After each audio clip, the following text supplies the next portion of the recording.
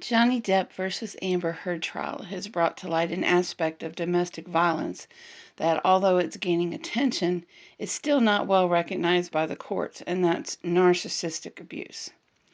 What is narcissistic abuse? It's emotional abuse where the abuser only cares about themselves and may use words and actions to manipulate their partner's behavior and emotional state. It can also be physical. It can involve patterns of sarcasm and criticism that eat away at the partner's sense of self-esteem.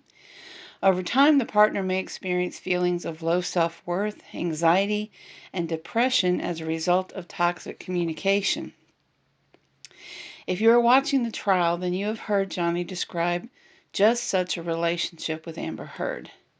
Her need for control, her physical altercations with him, her demand for attention, her criticism of him, his physical appearance, his parenting skills, belittling him as a man and human being, her enjoyment of his physical suffering, even recording him while he is suffering through detox to use against him later.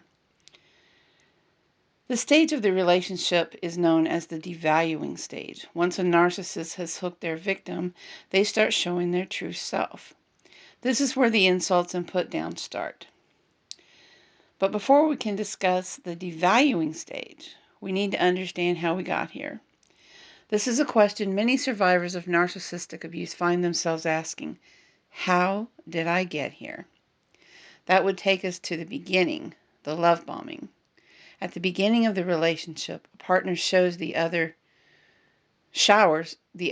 with over-the-top attention and affection. It is intoxicating and provides highs that are soaring. The narcissist will literally pay very close attention to their victim.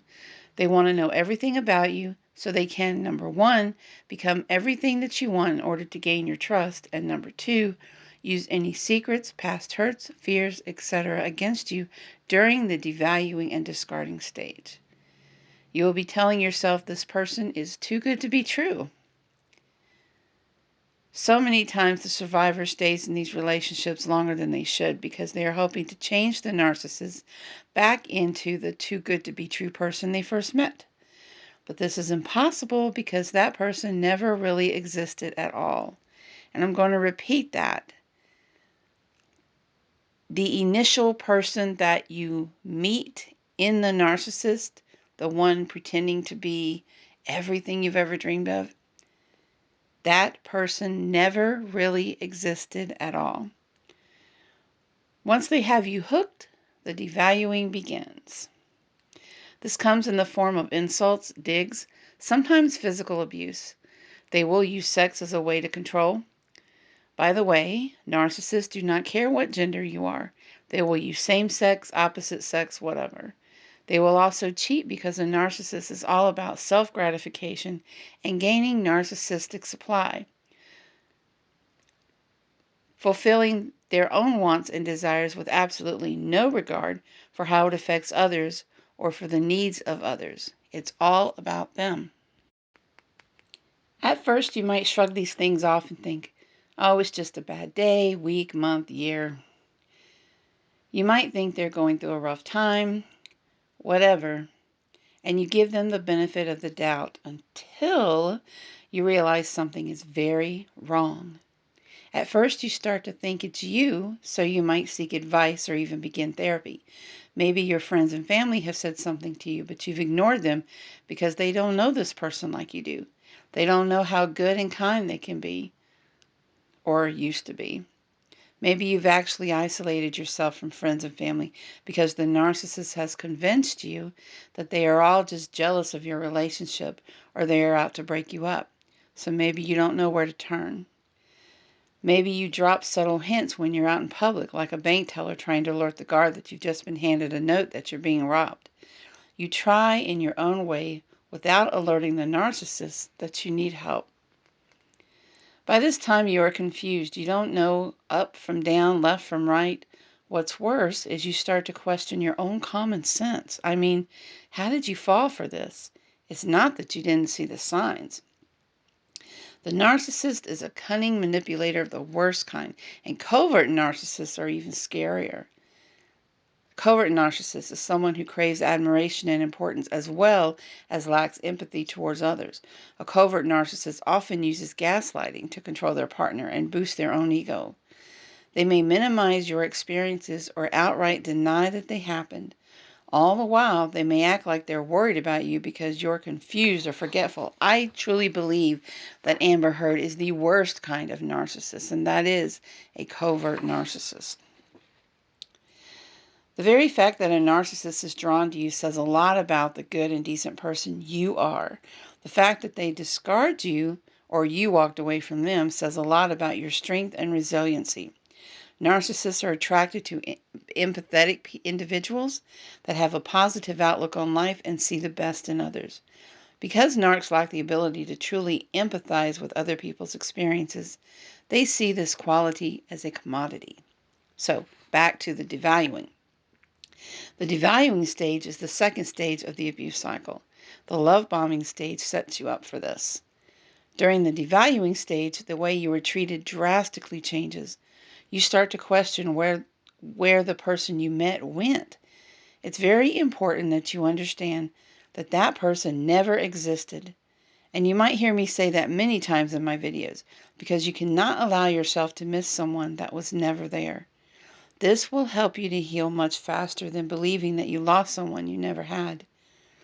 The mask then begins to drop. The true self begins to show. You become confused. You start to long for the person you thought you knew. Here's something I really want to sink in for you. As bad as the devaluing stage is, it's a sign that the narcissist has realized you are smarter than they are. You are stronger than they are. And they know that you're realizing something isn't right. This is a credit to you. They know they can't use you much longer, so they will attempt to punish you by trying to destroy you emotionally, mentally, maybe physically, and yes, financially.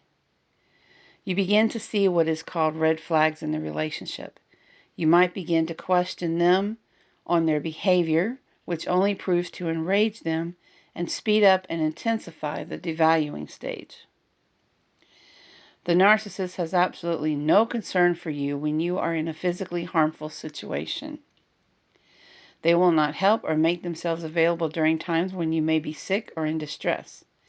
Make no mistake about it, they will cheat and think nothing of spreading STDs without concern for anyone's well-being. So what attracts us to the narcissist? Codependent individuals soak up the attention they receive at first because in the beginning, the narcissist makes you feel valued. If there's interest, I'll do a video discussing the traits of the individual who was drawn in by the narcissist and why it happens. Just let me know in the comment section if you're interested in knowing about what attracts us to the narcissist. Does the narcissist know they're like this? Sometimes they do. Sometimes they become aware and that something isn't right with them. They might ask themselves, why don't I feel like others feel? Why do I behave like I do? But that's as far as it gets. They have no desire to change. Sometimes they don't realize it, but in every case, they don't care. They lack the ability to feel empathy. In one study, researchers scanned the brains of 34 people, including 17 individuals who have narcissistic personality disorder, and found that pathological narcissists have less gray matter in a part of the cerebral cortex called the left anterior insula. Some believe narcissists are created out of childhood trauma. In every case, you cannot change them. Don't try. You will only find yourself going deeper into the rabbit hole and find it harder to get out. Do not feel bad for them because I promise you they feel nothing for you. They never did. It was all just an act.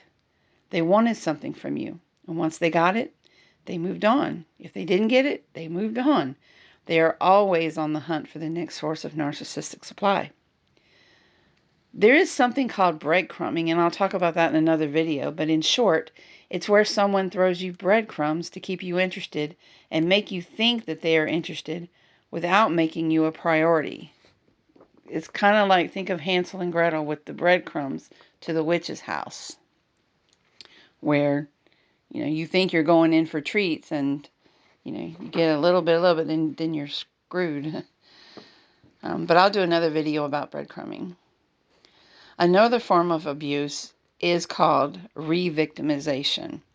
This is when someone downplays what the survivor has been through, or worse yet, don't believe them at all. Act like it didn't happen.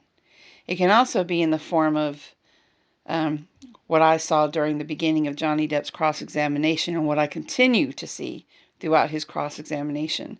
The attorney for Amber Heard immediately spoke to him in a condescending tone, saying, "You know you can't sue her for something that happened before she wrote the op-ed. You know that, don't you?" He also continues to interrupt Johnny Depp when he's trying to give an answer. This is something that Amber did constantly, so I personally believe that he is trying to trigger JD. So this subject is too large to cover in one video. I've spoken about the different aspects of narcissism in previous videos, some of which have been deleted back when I was revamping my channel. But if there's interest, then I'll begin discussing this subject at length once again. In the description box, you will always find links to the books I've written, as well as my Facebook page, both public and private, for survivors of narcissistic abuse. If you have found this video interesting, informative, let me know in the comments section. If you have a question as to maybe Johnny Depp and Amber Heard's trial regarding my perspective on Amber Heard being a narcissist, ask me in the comments section. But I'll bet that you watch the rest of the trial a little with kind of different eyes now. Thank you for watching. God bless, and I will see you in the next video.